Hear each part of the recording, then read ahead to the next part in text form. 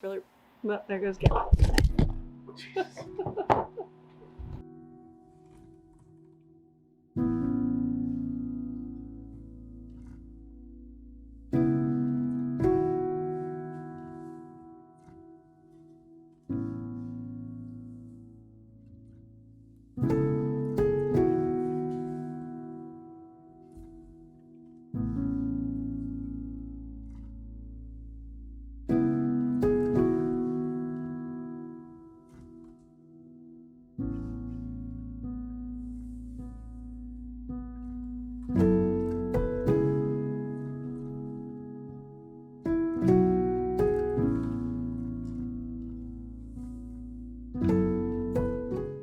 Hey guys, welcome to Stivers Homestead.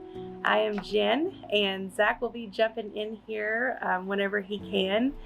Today's video might look a little different, but it's brought to you by sleeping children. It's kind of late at night and I've been wanting to do this video and kind of putting it off because it's so hard to decide, but I wanted to get it done. So they're asleep and we're currently on baby watch for one of our bunnies. So I'm trying to be calm, quiet, and give her a nice, dark, and safe atmosphere for her to have her babies tonight, which who knows if it will be tonight, but I feel like it will be. So that's why it looks a little different. It's a little dark, a little dim, and not your usual upbeat. But here for a few months, a lot of you all have been asking about our favorite books. You've been asking about books that you can read while you're in the process of starting your homestead. Some of you are already in that process and you just love to read like I do, and you want some good resources to learn about the things that you don't already know or maybe get inspiration. We have quite the homestead library, and a lot of that is thanks to our younger years, and a lot of it is thanks to you all who have sent us books, which we are so grateful for. We have so many books that this was so hard to do, and that's why I put it off, because choosing among all of our amazing literature was so hard to do, and I still had to leave some out just for purposes of not making the video too long. But I think I have compiled most of the most useful books that we have had for years, and some new. A lot of them taught us when we were wanting a homestead and we didn't know quite how to do that yet, but we wanted to learn in the process. And a few of them we have now, and they're new and we're still learning from, but there are some awesome books, so let's get into it. So we have a shelf that sits in our living room full of all of our homestead books. It's three shelves tall, and they're full to the rim. So one of the very first books series that we got into, and we actually couldn't afford the whole series, but someone gifted them to us years after we were already in love with them. We would just try to capture what we could online and read some articles, and my mom used to tell me about them. She used to homestead as well when her and my dad first got together, and she would pore over these books and try to learn as much as she could, and that's the Foxfire books. If you've never heard of Foxfire, I strongly encourage you to go check it out. They have an Instagram, I believe they have a Facebook, and this whole series of this is the original series. There's 9 of them. We have 1 through 9, and they've been recreated. So you can get the new version on Amazon. I absolutely live by the Foxfire books. Yeah. It's insane how perfect every single one of these are. If there's only one book in the world that you can get the Foxfire series. Yeah, absolutely. I think there's nothing more than you need. Yeah. So what this is, it's a series that was compiled by people who live in the Appalachian Mountains, and they teach you everything you could ever want to know about butchering, harvesting, gardening, having animals, raising livestock, and also the myths and the legends and the fun stuff that went along with that, the old wives' tales and all that kind of fun stuff that you learn from your grandparents and great-grandparents. So even if you can't get the whole series, just start with the first one, read it, wait until you can get some more, and move on from there, because they are a must on a homestead shelf. Our next book is a new one to us. It's called Butchering: Poultry, Rabbit, Lamb, Goat, and Pork by Adam Danforth. So this has become one of Zach's favorites. He absolutely loves this. He loves to sit down and read what he can at a time, and then go back and read more, and he's learned so much from it about butchering animals. Butchering wasn't something that we did on our homestead before last year. So now that we've gotten into that, we're having to learn. We didn't really ever see ourselves going in the butchering way, so we didn't learn beforehand. But thankfully, this book has saved us in that area. Besides deer. Yeah, besides deer. My next book is called Year-Round Indoor Salad Gardening by Peter Burke. I actually wanted this book for a really long time, and it was at a time when we could not really afford to go to Amazon or bookstores and buy it. So I actually checked it out from my local library and basically copied it from front to back and wrote my own book and made my own notes so that I could have most of it. And I took pictures on my phone because I was so into microgreens and I wanted to be able to grow microgreens all year and have those rotating in and out and be able to provide it for our family. So if you're interested in that kind of thing, this book is for you. It is such a great book. Next is called 40 Projects for Building Your Backyard Homestead, a hands-on step-by-step sustainable living guide by David Tott. And it's an awesome one too. Somebody sent us this and we have loved flipping through it and reading it and finding out about all the projects that we can do when we don't have a bunch of stuff to do. And it's a really great book. It's got some great pictures. It's got great explanations. If you have a backyard homestead, you need this book.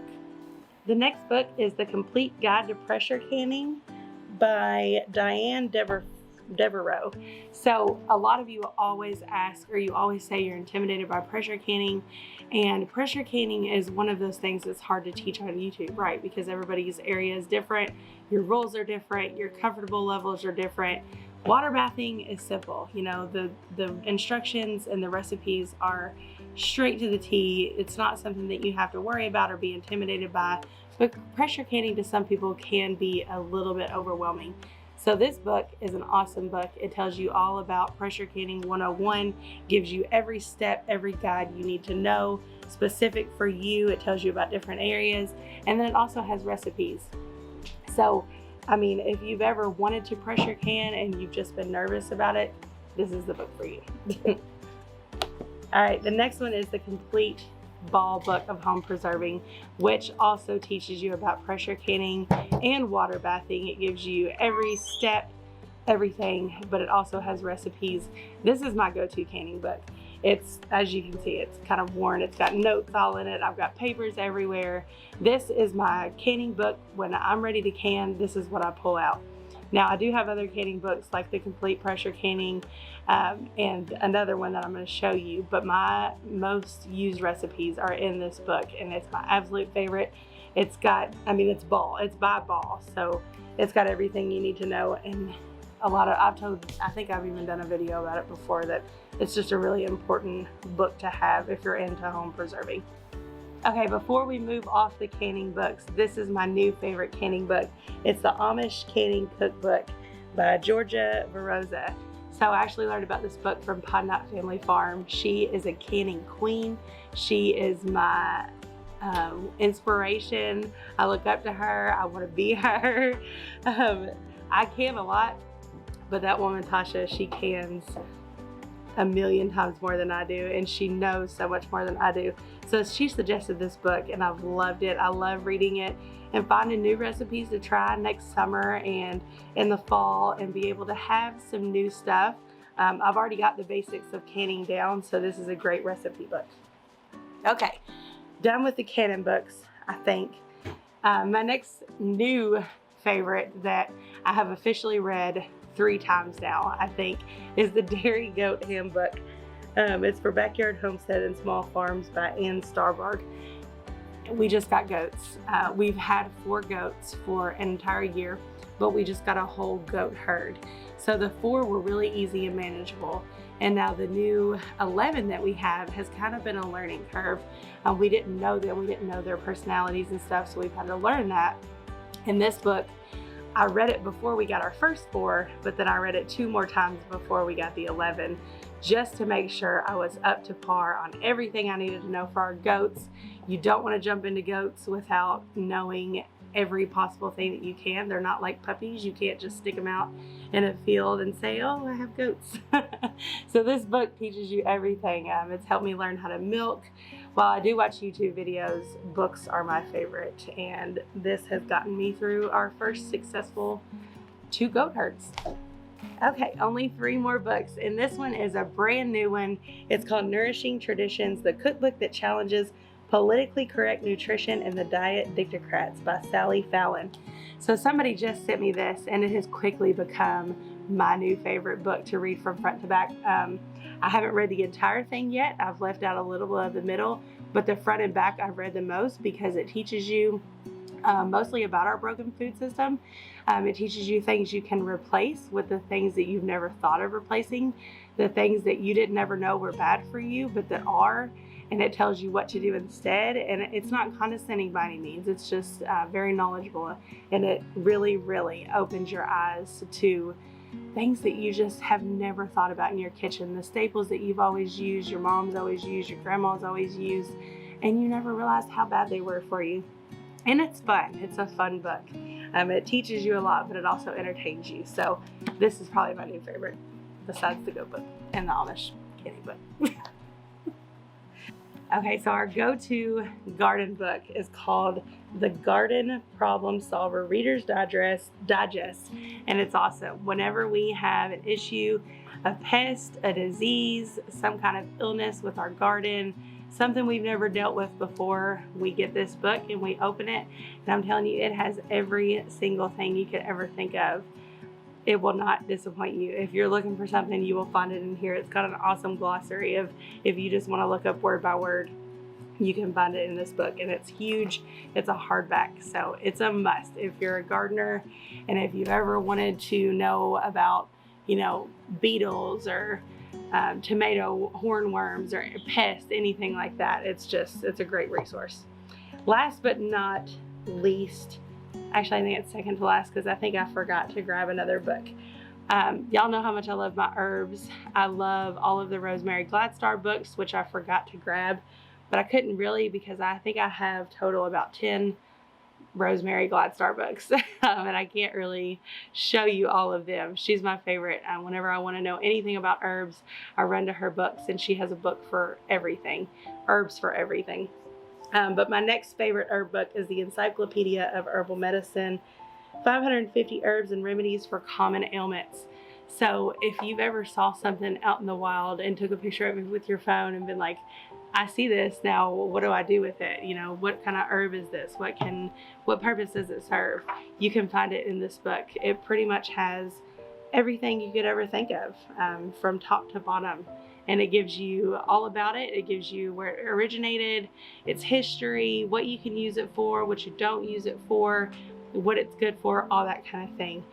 It's literally an encyclopedia of herbs. So if you've ever been interested in herbs, I would definitely tell you to get this book because there's not one thing that's not in here. So Jen just laid down the truth bombs on all the books that you need to have. It was so hard to narrow it down. It was, and there's so many, but we tried to get it, I don't even know if it was a reasonable amount, but she tried to get it down to a reasonable amount for you to start building towards, because there might be a day when there ain't a Google. Or YouTube. Or any of the online digital platforms for you to need to learn information. Yeah. So libraries are a lost art. Not to us. No, not to us. I hate when people say stuff like that because... I meant to society. Right. Like to society, libraries are a lost art. Not to us and not to a lot of people that watch our channel. Yeah. But in society, libraries are losing its muster. Kind of like bees are going out of existence. Libraries are going out of existence. So it's our job to keep promoting that and keep explaining the reason why you need to have a library. Yeah. So I could go on a tangent with that. However, the whole reason that we want to talk about this is because there's so much value in reading and learning for yourself and just reading the true book on what it is. And absorbing it into your brain, with the words. That's really important. I know some people learn in different ways, but one of the biggest ways I learn is by reading it, saying it out loud, writing it down, and then having it in my brain. Watching for me doesn't always work as far as like YouTube or stuff like that. I need to read it and repeat it and absorb it. And what I've started to notice is, because I am a very visual learner and I'm a very hands-on learner. So I can usually watch or read something, but I don't truly understand it until I do it. However, reading gives me better understanding and better feel for it when I actually go do it. So there's a little difference in there. So if you haven't, you know, caught on to those kind of things, give it a try. We promise you will appreciate it and enjoy it. So we wanted to talk about, that was a lot of books. It was. Not everyone can just go buy all of those books. Yeah, and you don't have to. Right. Like I said, with a lot of these books, I couldn't afford them at the time, and I would go to my library. So I've given you a list. We're actually going to link it below in the description. All these books plus a lot more. All the others. And more that we don't even have ourselves. Right. They're going to be in our Amazon store, so we'll link that below. And we'll link specifically for this video the favorite books item. So there's more, I don't know what to call it, a list, I guess. Yeah. There's more on there if you're interested, but we'll link just the book one so you can see all these books. And a lot of yourselves will find you in a position to where you can't go buy a bunch of books. You know, that would add up to hundreds of dollars. I'd seriously encourage you to go to your local library, go to the next town's library, check them all out. You can even look online and see if they have these books. And that way you can get one at a time and learn from them. Like I said, copy them from front to back. That's what I do. And that helps me learn as well. So then that information is stored. But yep. But if we had to pick 2 books for you to get right now, what would they be? Me or you first? Ladies first. Ladies first. Okay. So mine is the Nourishing Traditions cookbook. Not only is it a cookbook, like I've said, but it really does tell you everything that the new diet dictocrats do not want you to know. They don't want you to know healthy fats and what's good for you and those old-fashioned recipes that were used and are a lost art. Yep. I mean, it's all in here from front to back, and it's very important. What was that wartime kitchen? Yeah. That kind of reminds me of basically this book. Right, like how you make it when there's nothing there. Yeah. You know, that's kind of what that reminds me of. So, very good book of your choice. Mine already hinted on it, so you probably already know what it is. It is going to be the Foxfire book. Absolutely. And start with volume 1. Yeah. Because once you get volume 1, you don't have to buy the whole series. Just buy the first one. Buy the first one, and then, you know, it's a thick book. Yeah.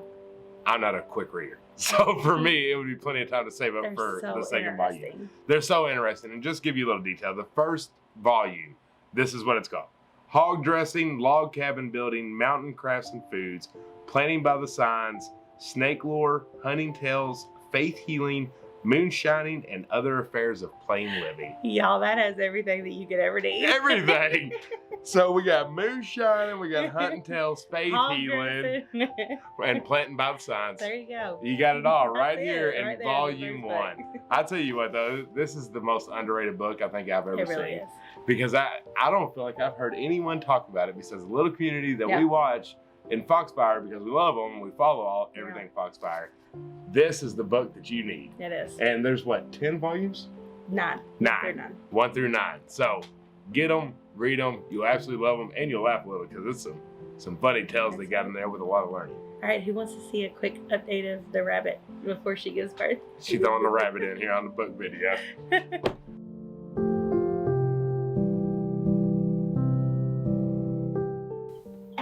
Okay, so we're gonna be quiet. Hopefully you can hear me. She's in this dog crate. We've got this sheet over because sometimes this can be a little bit of a high traffic area, but I didn't want to turn her around because I wanted to have air ventilation. We have a wood stove. You can't fluctuate the temperature in here. You never know what it's gonna be. So, with all that funness, let's check her out. Hi, Mama. How you doing, girl? She has pulled so much hair out. It's hard to see back there because she's... You can see her pretty good. Yeah. Yeah, so she's pulled a lot of hair out that's back there. She's got a good nest going. And we fully feel all of the babies in her belly. Yeah, I can feel them. I'm not feeling too much because I know it can hurt them. But I just wanted to make sure that she was pregnant, honestly. I wasn't for sure. But you can feel them squiggling around and kicking her, and I think she's going to be a good mom. I have really high hopes for her. I love the nest that she's built. Okay, so we're going to leave her alone because I feel like it's very soon.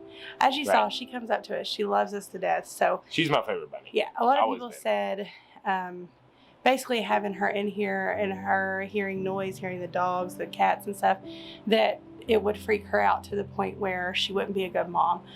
And I do agree with that in some cases, but our rabbits are different. We've held them from birth. They're very used to our dogs. They're in the backyard with them. They know the cat. They know the kids. The kids hold them. So they have to deal with the guineas. They have to deal with the guineas every day. So I don't think that's really an issue. I have really, really high hopes for her. I think she's going to be a good mom. She's always been our favorite. So hopefully that'll help. Fingers crossed. Yeah. If not, buddies might go out the homestead. Yep. They will be done. All right. Well, hopefully y'all enjoyed this video. Make sure you check out by candlelight. Make sure you check out the description and I'll pin it in the comment. Yeah. Y'all don't let me forget. Y'all are good about reminding me, and I really appreciate that. So if I do not pin the comment of the book link in the comments, you make sure to tell me. Yeah. 2 more things. If you have more books that I don't know, let me know, because I love books. I love to grow my library. So if you didn't see them and you didn't see them in the list, let me know if you have any different. Also, it's going to be 14 degrees here tonight. So by the time y'all see that, it'll be the next day. But I know a lot of y'all are code too. So yeah, we know it's hard with the animals.